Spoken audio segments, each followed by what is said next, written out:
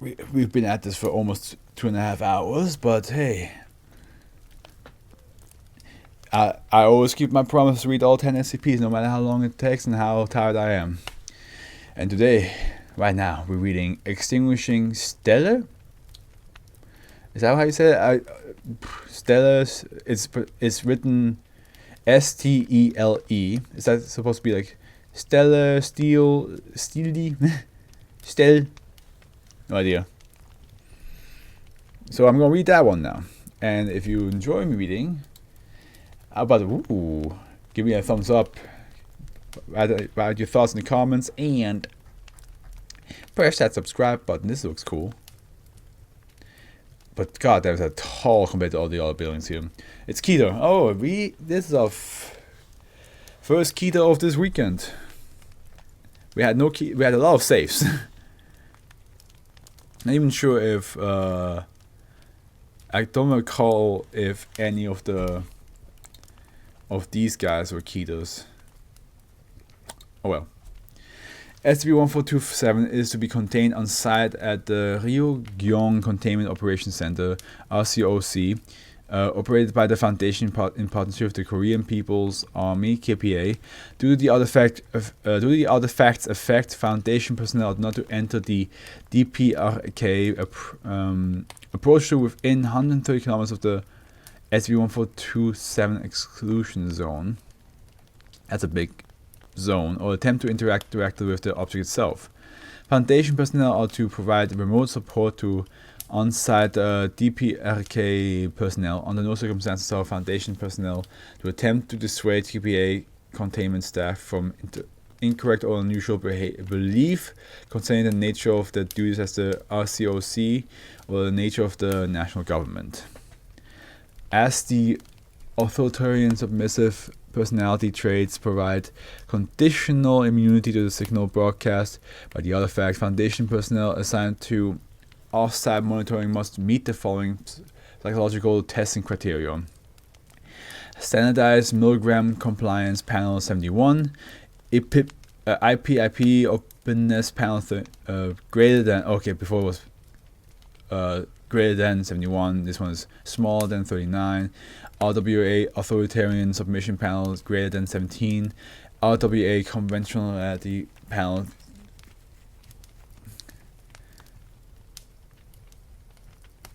greater than 31. Yeah. And ESS SCP-1427 containment facility, Pyongyang DPRK external view. Okay.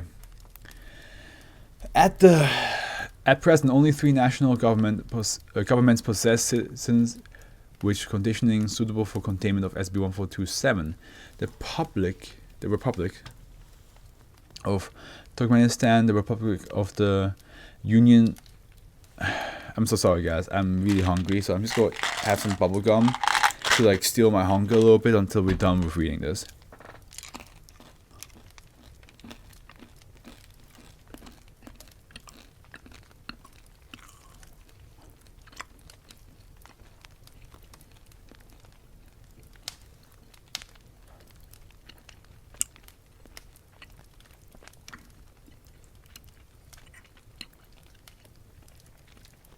Okay.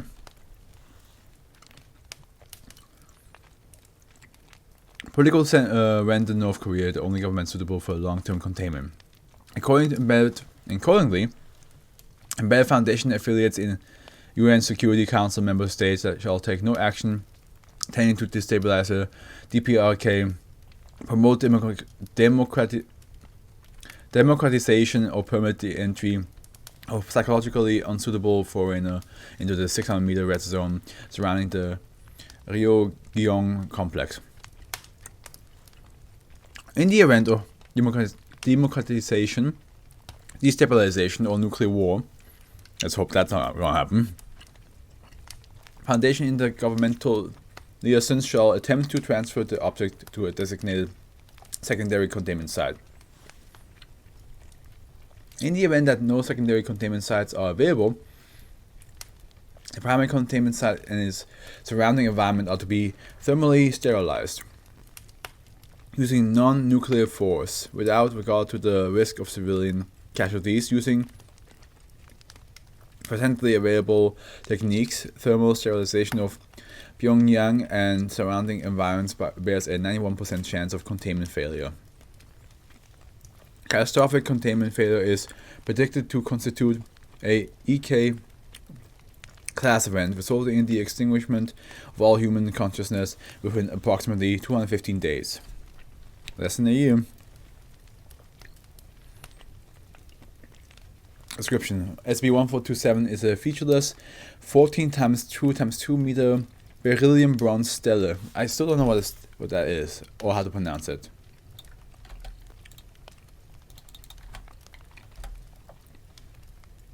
Steel. Steel. Really? Okay.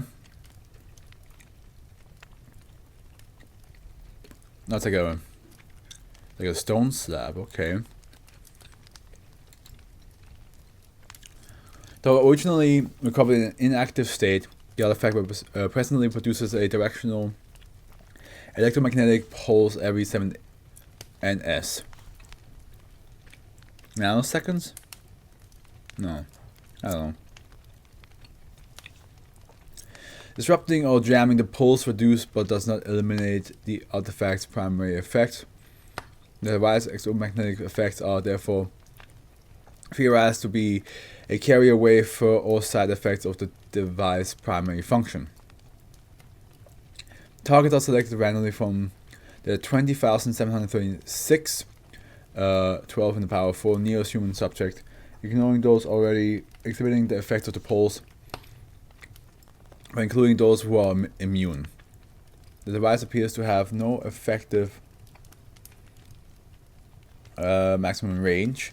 On several occasions, the device has exhibited the ability to make over-the-horizon broadcasts to otherwise occluded subjects by deflecting its signal off the Earth's ionosphere. The artifact means of detecting human consciousness and the causative mechanism underlying its effect are presently unknown. Upon receipt of the signal, subjects permanently experience increased suggestibility, severe abulia, and short-term memory loss. These effects are secondary to the artifact's primary effect, which is substantial reduction in prefrontal SQ2 signal. Due to the information recovered from SCP, Foundation researchers present the belief that this reduced SQ2 signal corresponds to a significant reduction in or total destruction of the subject's subjective consciousness. Moderate authoritarian submissive personality traits appear to provide a conditional immunity to the effects of the broadcast. Accordingly, since its activation containment protocols have required placement in high population density areas subject to a totalitarian government.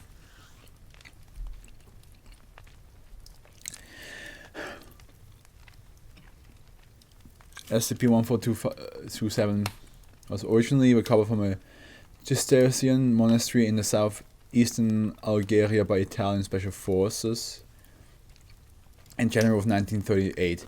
Laboratory notes from the period mention a rhodium carbide outer casing embossed with lettering in a known but poorly characterized Semitic alphabet. Other casing is presumed to have been destroyed or lost by Italian researchers before the objects were transferred to Leipzig in 1944. Between 1938 and 1944, the government of Germany and Italy attempted to activate the artifact, both without success.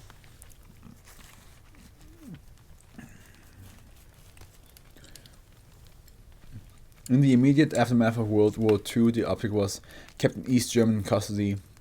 The East German government took no recorded action with respect to the artifact. In 1947, the East German government transferred SCP-1427 to Soviet control, who moved it to the Kishtim Chelyabinsk Oblast, USSR. In September of 1957, Soviet researchers intentionally activated SCP-1427, though the artifact affected human targets in its immediate surrounding. Then existing features of the Soviet government prevented the EK-class end of human consciousness. After attempted nuclear sterilization of the affected area, the Soviet government contacted the Foundation through the Intergovernmental Liaison, and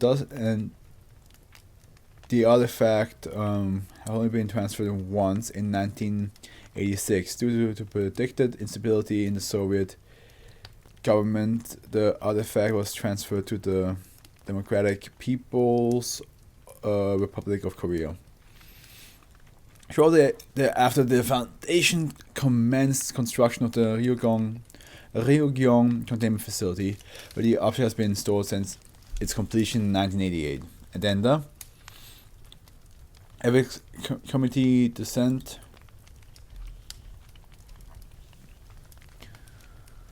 Stretch.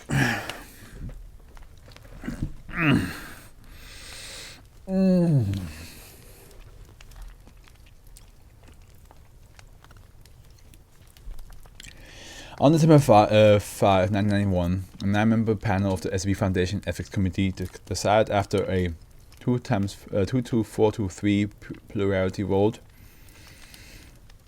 to actively support the government of the Democratic People's Republic of Korea, North Korea, in order to effectuate containment of SCP-1427. In summary, the deciding plurality found the following points in favor of limited stabilization and support.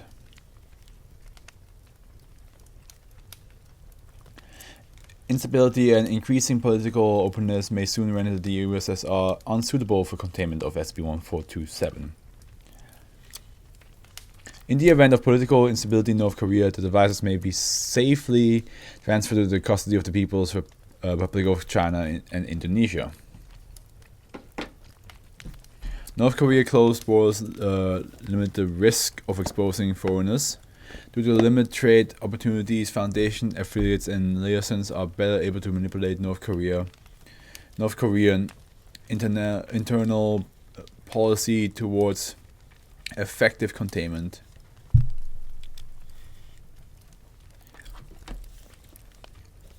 Despite the clear benefits of the above, we dissent. Experimentation has demonstrated that SCP-1427 requires no more than 12 in the power of 4 psychological suitable individuals in close proximity to the object in order to maintain seamless containment. With that in mind, maintaining over 20 million individuals in a state of perpetual involuntary totalitarian abjection is an unacceptable cost to impose on human subjects. While it is clear that in 1957 doing so was a necessary accession to certain facts on the ground, this, Soviet failure to destroy the objects outright, the Foundation has recruited 9,724 D-class candidates since the date, or just under half the population required to successfully contain the object. Though unclear in 1957, it is now scientifically demonstrated that the totalitarian indoctrination may be recreated under laboratory in conditions with relatively little sophisticated intervention by researchers. See Zimbardo P. on obedience to authority, reference omitted. Our failure to do so is an ethical failure of catastrophic proportions. My body is in catastrophic proportions right now because it wants to go to bed. But after this, we only have 2 more left, so.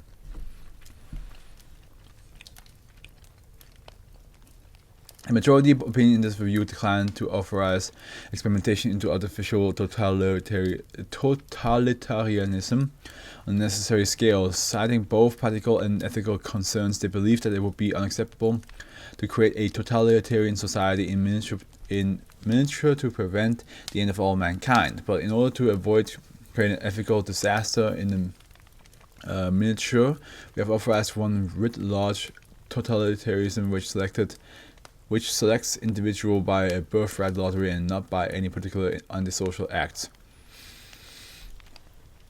As recent events in the USSR and elsewhere have demonstrated, totalitarian dictatorship is not a necessary feature of human society. It is a phase of development which occurs and will someday pass, and it is not the foundation right, not even its duty, to permanently arrest the development of North Korea. North Korean people for some greater good, no matter how great the good might be.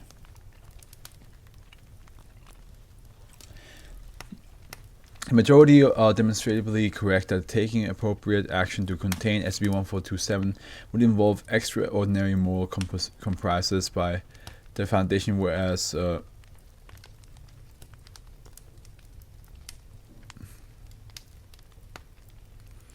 mere abdication of our responsibility shares its ethical burdens with all humanity and the North Korean leadership.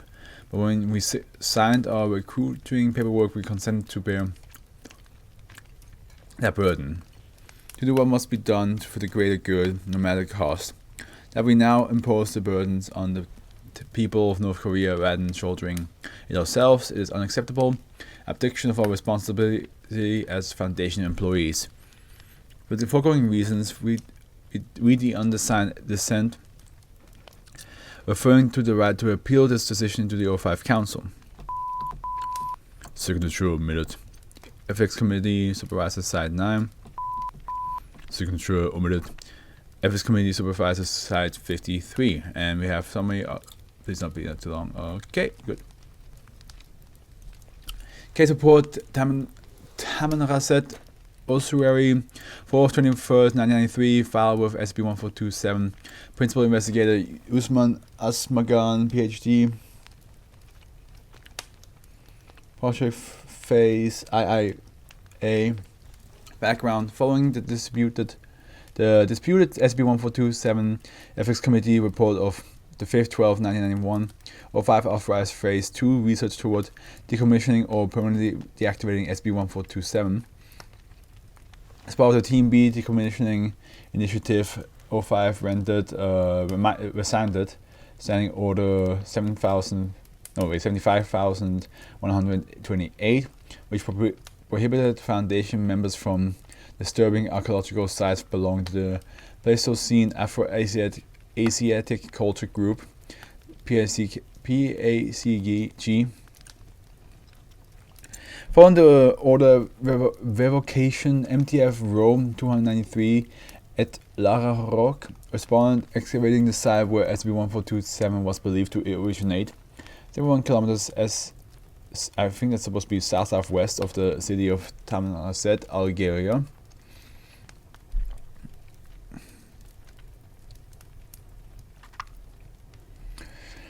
Discussion: originally discovered by aerial radiographic survey in 1967, the Tamanrasset ossuary was catalogued and monitored as a PACG archaeological anomaly and assigned low containment priority to its minimal consensus risk. Upon arrival at site in February of 1992, Row 293 found the site substantially undisturbed and radiological hazard intact. Deep soil strata analysis discovered high levels of trinitite, PD 107, U 233, U 235, and Pu 239. I know it's supposed to be like 239 and all that stuff, but there's some tight as hell. And radioactive decay products consistent with an incomplete fission over event roughly 70,000 years prior to the site's discovery. This failure of nuclear fission appears consistent with samples taken from the Kishtim containment area after the failed detonation of the Soviet fail-safe device. The central site occupies a single blast crater of roughly 0.75 kilometers in diameter, centered on a rectangular depression, indicating the existence of a subsurface structure. This disturbance of soil strata indicates that SCP-1427 was likely removed from this subsurface structure at some point prior to the year 1600 AD.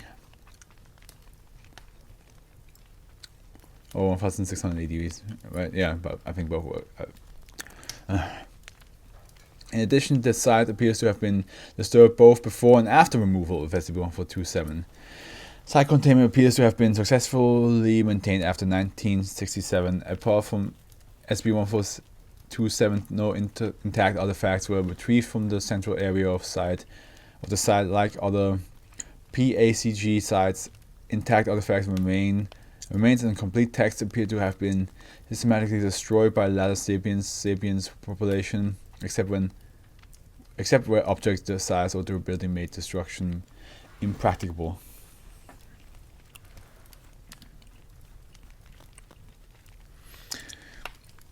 The peripheral area occupies a single undisturbed geological stratum indicating continuous low-intensity occupation between approximately 71,000 BC and 68,000 BC.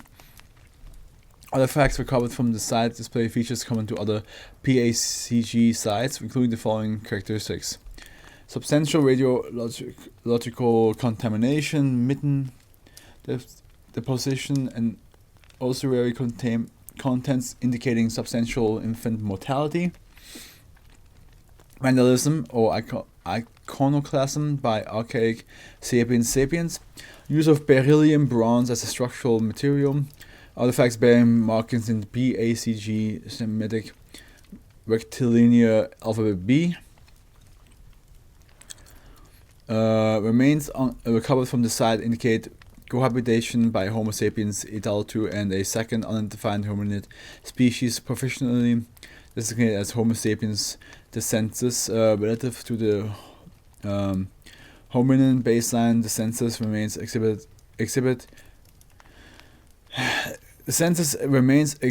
gigantism and functional post-axial polydactyly, with a median of 6 digits per limb.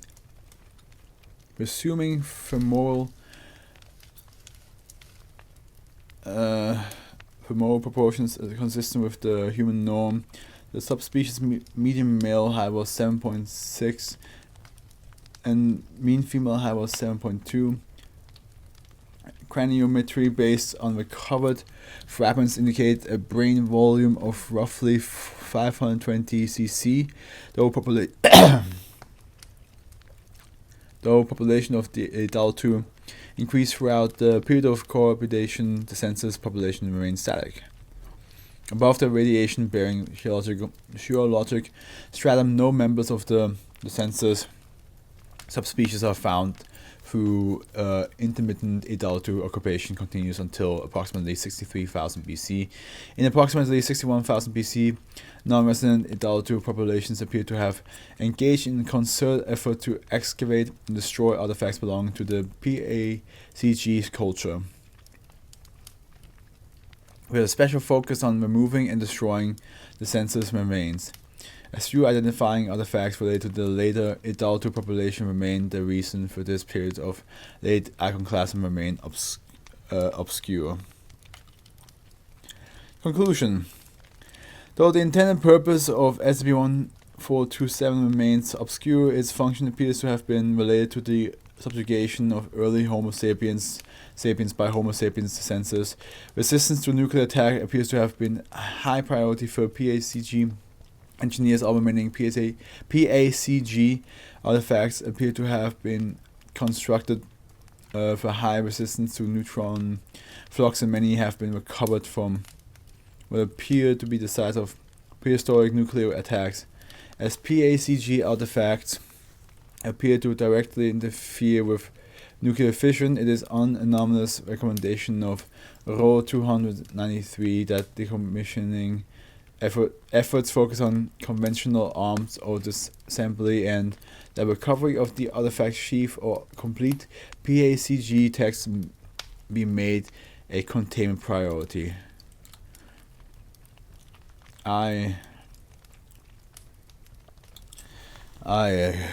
This one lost me. I will be honest. This one lost me, sadly.